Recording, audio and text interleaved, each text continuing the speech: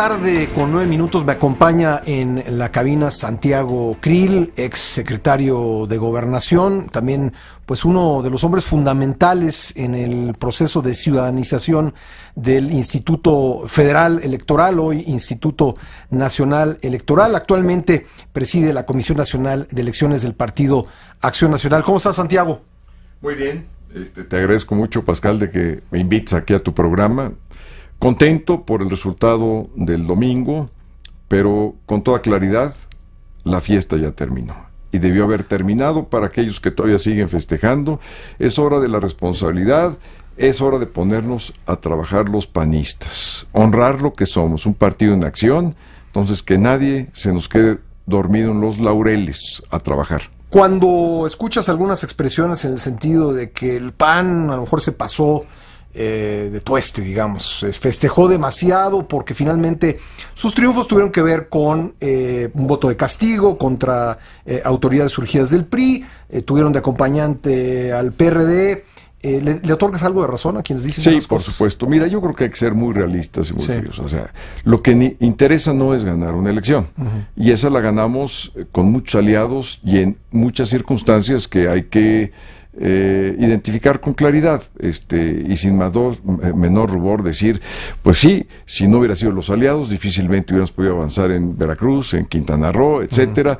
Si no hubiésemos tenido un candidato como Corral en Chihuahua, pues difícilmente hubiéramos podido romper la hegemonía priista que estaba allá. En fin, yo creo que hay muchas cosas que hay que valorar. Yo se lo dejo eso a los de la ciencia política, las universidades, que ahora lo que tenemos nosotros es una enorme responsabilidad. Y yo les pido a todos los panistas, principalmente a los que me están escuchando hoy, que el festejo ya acabó. Porque debemos de festejar, sí, pero les voy a decir cuándo. Debemos de festejar cuando esos gobernadores tomen las riendas de sus estados y en esos 7 estados concluyan sus sexenios, y cuando salgan a la calle esos gobernadores ya salientes, la gente les dé las gracias. Y si hay muchas gracias de mucha gente, entonces los festejamos, no antes. Yo creo que festejar antes es un grave error. Está por delante Edomex, Estado de México, está por delante Nayarit, está por delante Coahuila, y más por delante el 18. Así es.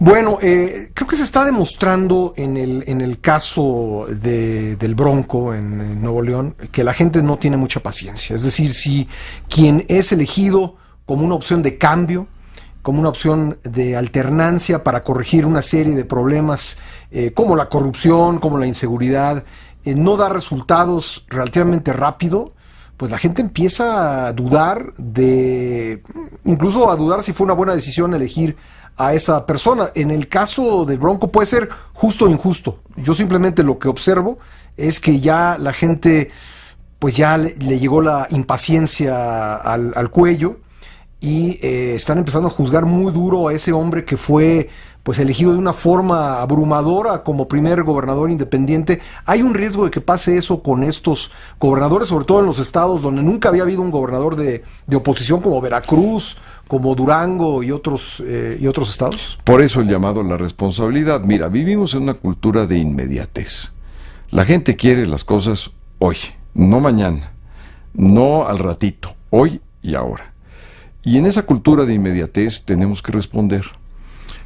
No podemos responder en todo, entonces tenemos que ser muy selectivos en la agenda, muy precisos en lo que queremos lograr en el corto plazo, en el mediano y en el largo plazo. Y sin duda en el corto plazo, resultados. O sea, no es creíble que el gobierno de Nuevo León se haya tardado un año para encauzar al gobernador de los probables ilícitos que cometió durante su gestión. No, o sea, ese no fue el acuerdo del voto que nosotros entendimos se había dado en Nuevo León. Y creo, y lo digo con toda claridad, que ese es el mismo sentido de los votos en buena medida de Veracruz, en buena medida de Quintana Roo, en buena medida de Chihuahua. Entonces, sí hay que dar resultados pronto y hay que hacer ver en algunas cosas que hay cambios. Mira,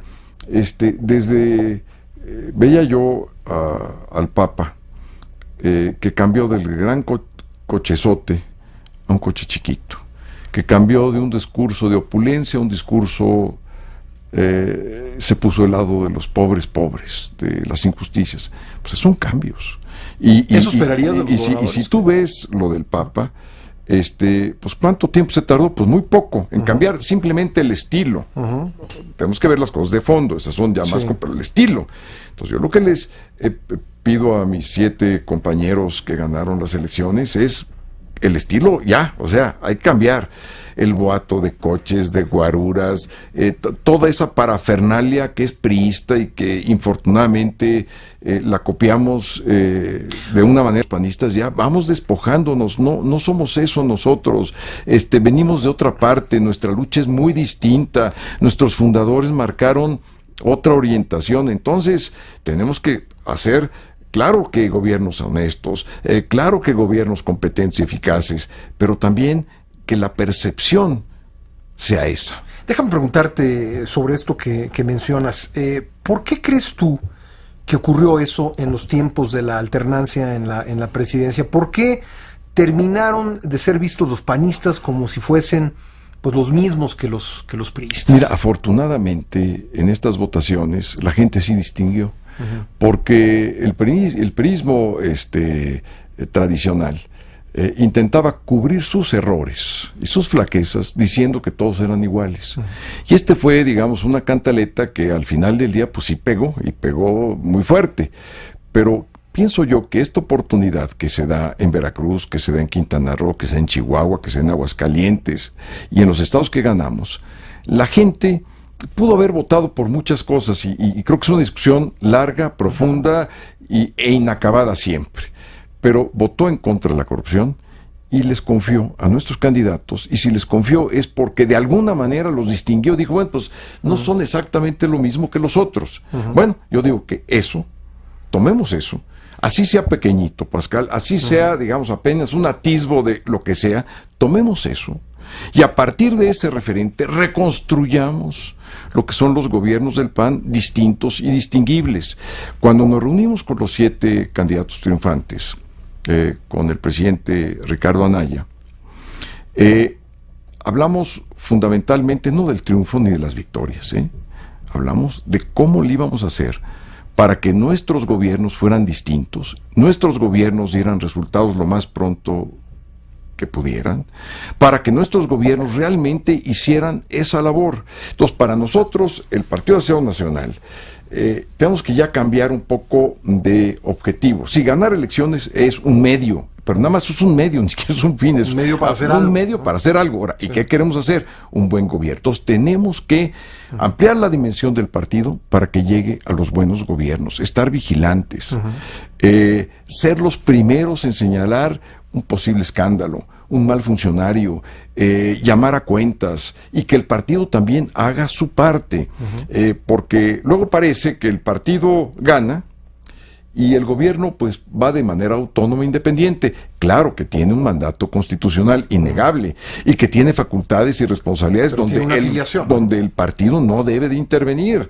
y mucho menos de mala manera como luego intervienen algunas veces estableciendo cuotas o amiguismo, o compadrazgo, no, eso no me refiero, eso lo dejo yo de entrada a un lado.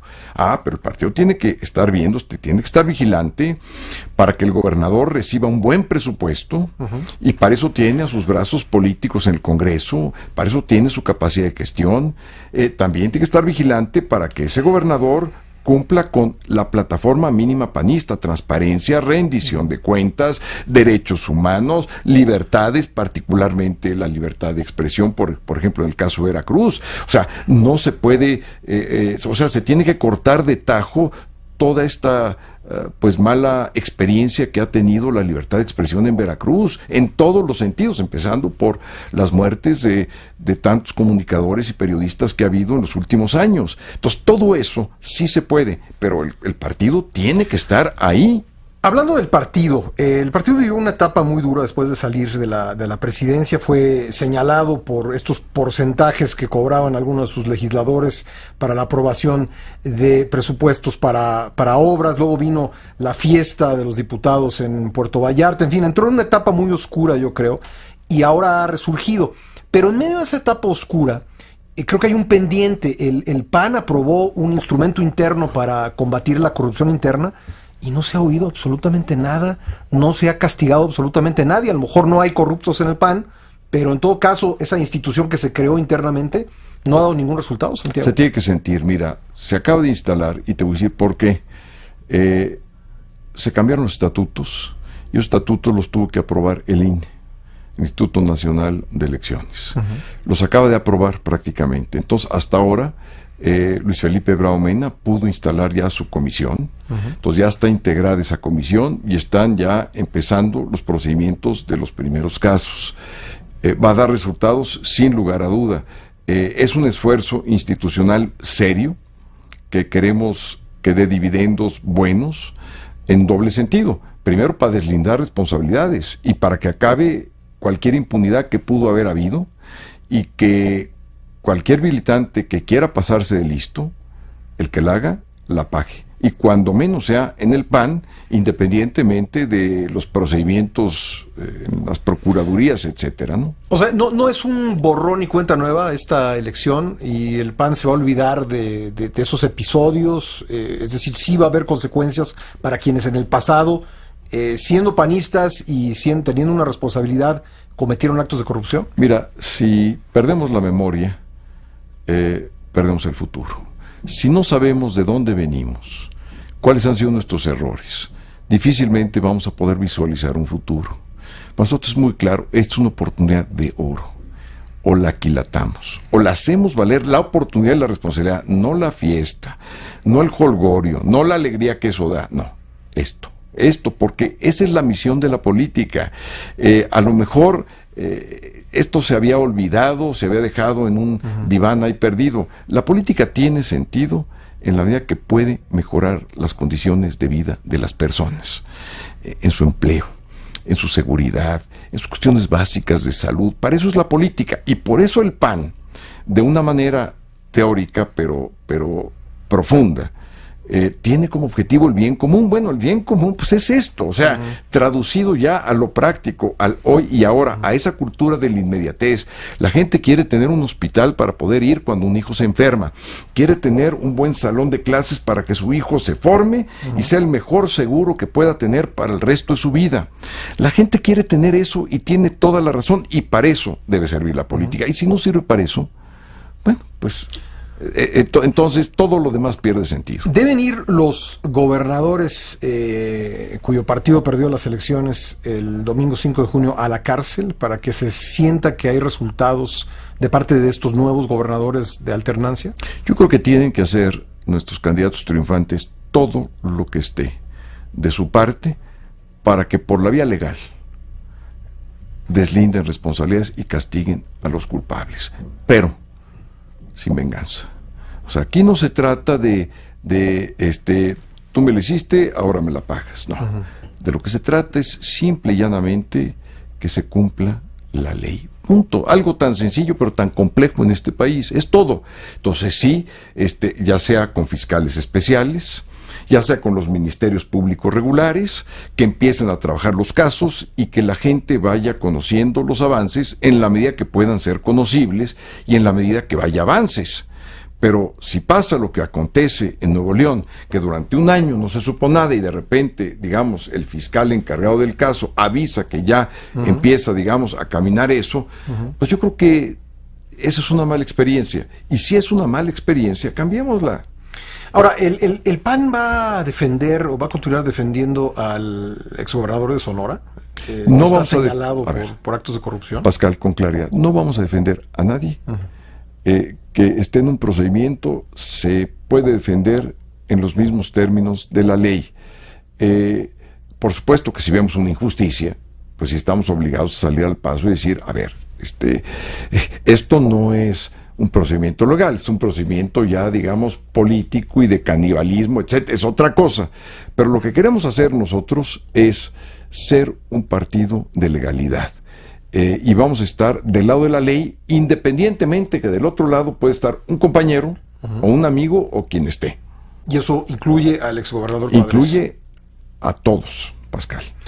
Santiago, cambiando de tema, te vimos muy presente en esta campaña, aquí en la capital, donde pues el Partido Acción Nacional en últimas fechas pues no ha tenido un crecimiento importante.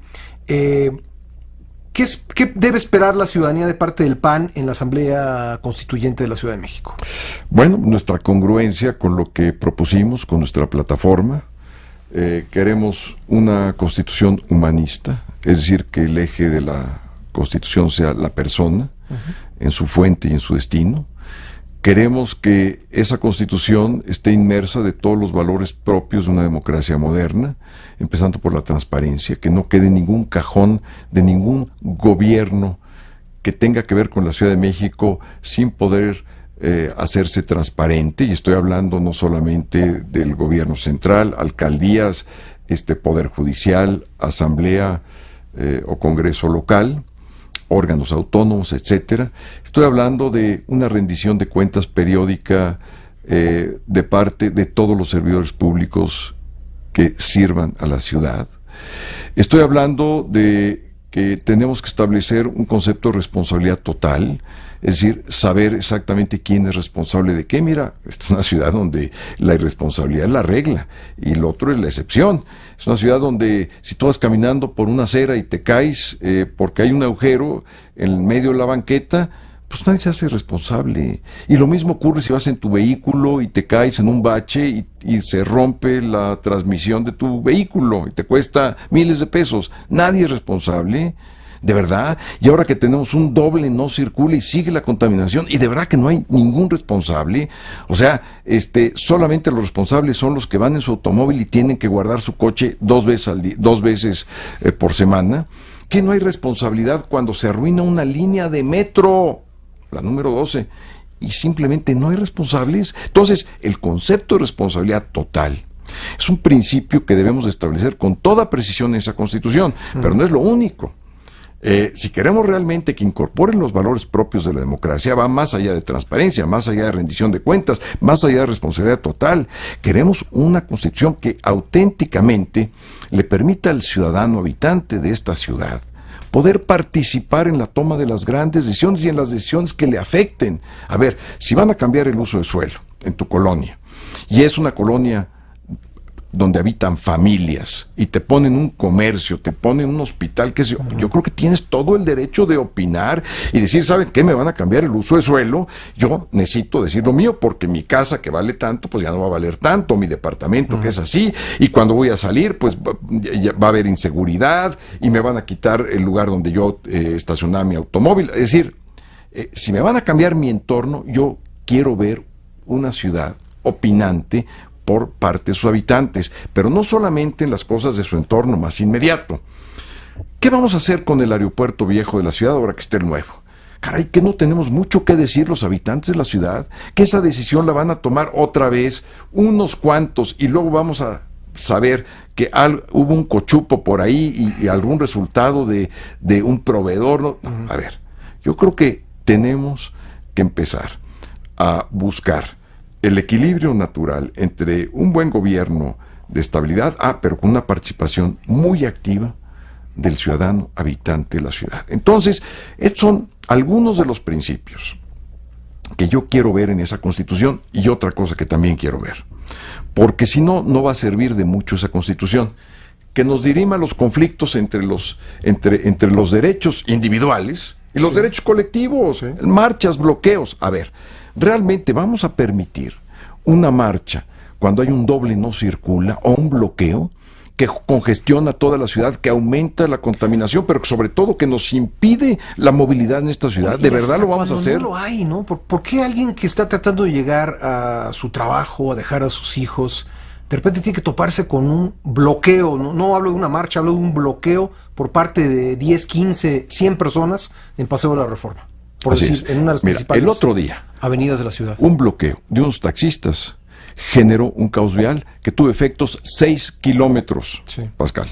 Entonces, vamos a ver, ¿hay un derecho de libertad de expresión y de libertad de manifestación? Por supuesto que sí, pero ¿qué no hay otro derecho de libertad de tránsito y de movilidad en esta ciudad? Bueno, pero no se pueden conciliar, ¿no? A ver, Claro que se pueden conciliar porque tiene que dirimir esto la Constitución. Para eso son las constituciones, para dirimir los principios donde hay conflictos claros entre dos derechos y que no se lo dejen al jefe de la policía o al jefe de gobierno que tímidamente va a decir, pues aquí lo que vale es la libertad de expresión. ¿Por qué? Pero, ¿y cuándo acá? ¿Y mi libertad de tránsito qué no vale? Y tenía yo que llegar a mi trabajo, tenía que ir a dejar a mis hijos, ¿no? Por supuesto, una ambulancia. ¿Y cuántas veces no hemos escuchado que la gente o se agrava o inclusive fallece? Oye, esto es muy serio. Entonces, quiero ver que los derechos que están en conflicto en esta ciudad de manera permanente se diriman en la Constitución. Yo tengo un derecho. A ver, si yo adquiero mi departamento en un entorno de viviendas, y si viene, digamos, la ciudad caminando por una parte, digamos, y me quieren poner un centro comercial que va a cambiar totalmente el entorno donde yo estoy viviendo, caray, yo debo tener derecho a opinar. Bueno, son conflicto de derechos, me explico. Un derecho que yo tengo y otro derecho que tendría la ciudad, digamos, en su sano desarrollo. Pero no solamente esto, mira, la Constitución tiene que establecer responsabilidades. Cuando se crea, por ejemplo, Santa Fe, bueno, ¿en qué cabeza cupo? Darle solamente dos viabilidades primarias, que es reforma y constituyentes, porque todavía los puentes de los poetas todavía no existían.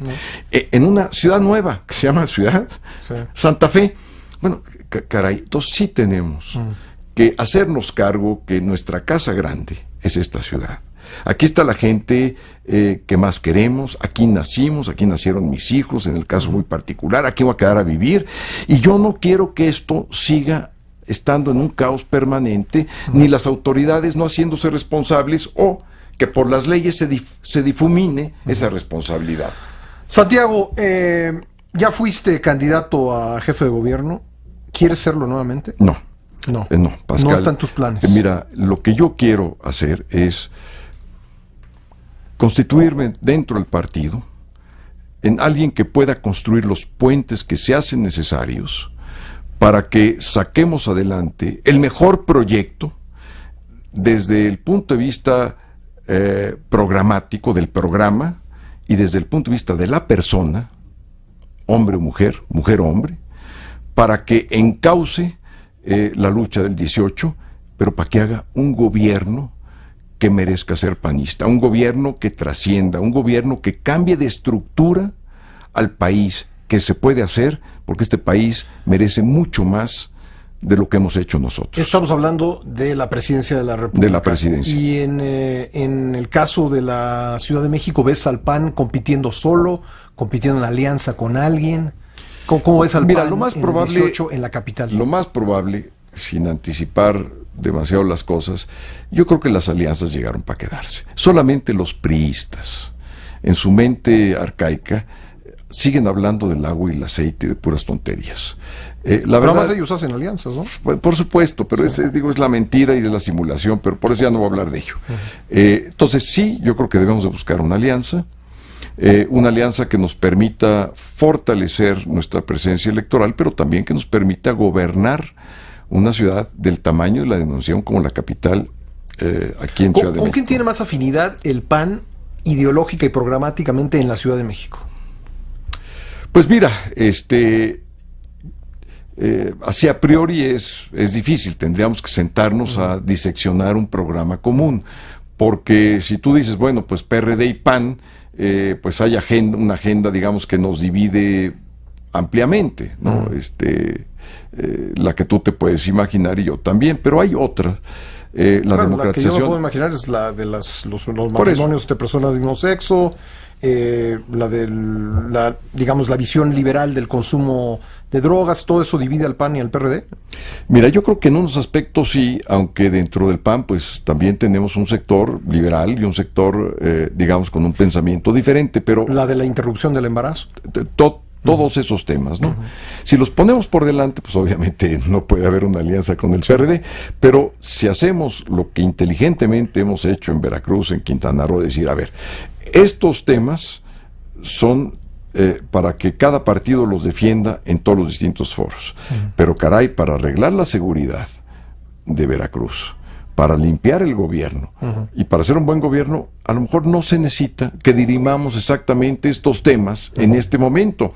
Y eso no quiere decir que cedamos a nuestros principios o a nuestra doctrina. Lo que quiere decir es que estamos privilegiando un campo común de acción y de pensamiento para generar un buen gobierno, para generar buenos dividendos a la gente, escuelas, seguridad, etcétera, etcétera, por arriba de nuestros intereses o creencias, algunas religiosas, otras no, otras ideológicas o qué sé yo, de convicción.